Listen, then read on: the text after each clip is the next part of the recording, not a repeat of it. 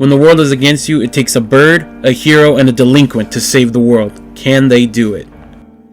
君の写真手に入れたマリア君の元へグラスの底に書いた彼女のストーリー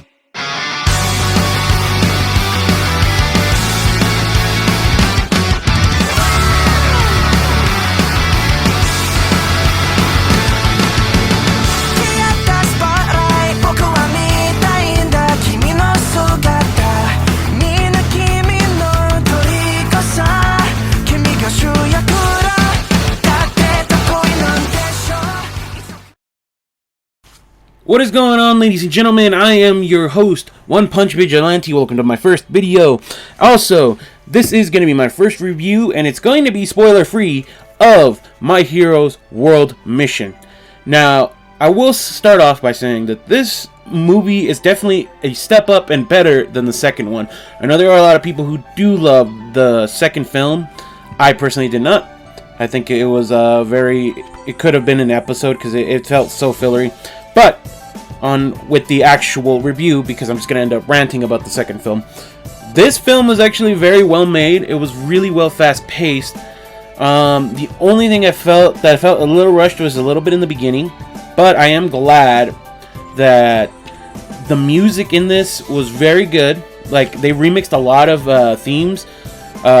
You Say Run was remixed in a little bit. The villain's theme was remixed. The character designs were really well made. I really loved Rhodey Sol in this movie. He's one of the main characters in this film, along with Deku. Todoroki and Bakugo this time. Well, Todoroki's already taken like a backseat in the last two films, but Bakugo takes a backseat again in this one.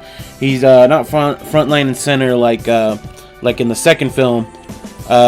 He does play a big role, and so does Todoroki, but they're not the main focus of this.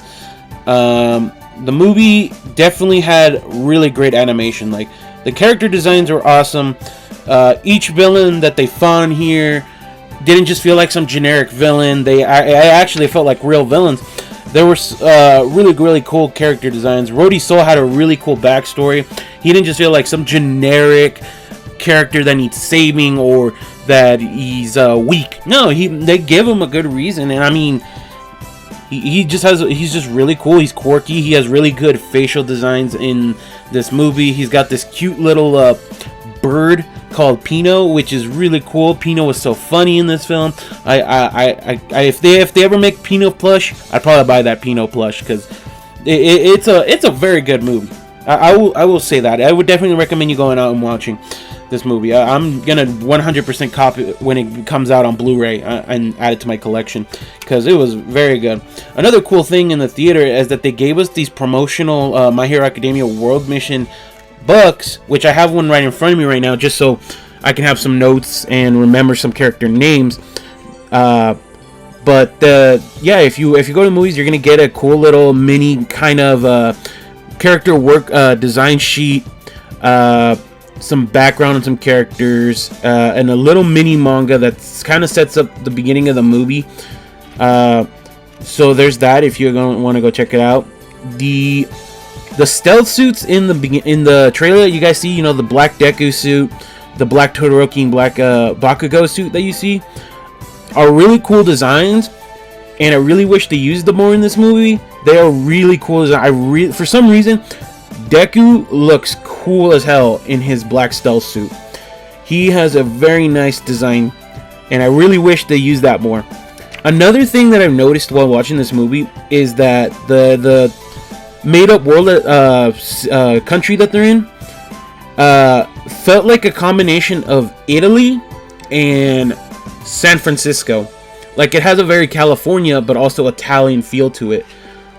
From me looking at it from my point of view, it looked like it was a mixture of San Francisco and Italy, and it worked. It's not like they were just mashed up. You could see the bridge from the San Francisco Bridge.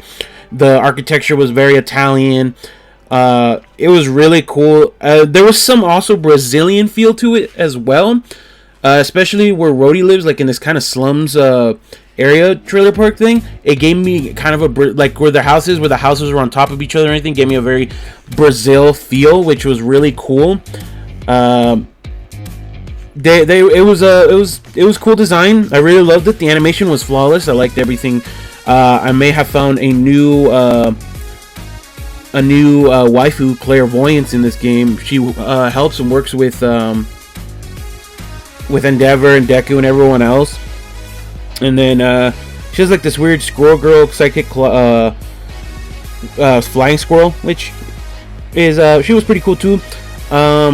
We actually also see, if you guys are reading the manga, we actually see what's it called? The number one hero, Salama. I think I pronounced that right. Salama. He's the number one hero in his region of Egypt. And you see a quick visual of him in the My Hero Academia manga when everything's being set up for the war and they're trying to get the go-ahead from the UN for them to go to Japan to go help.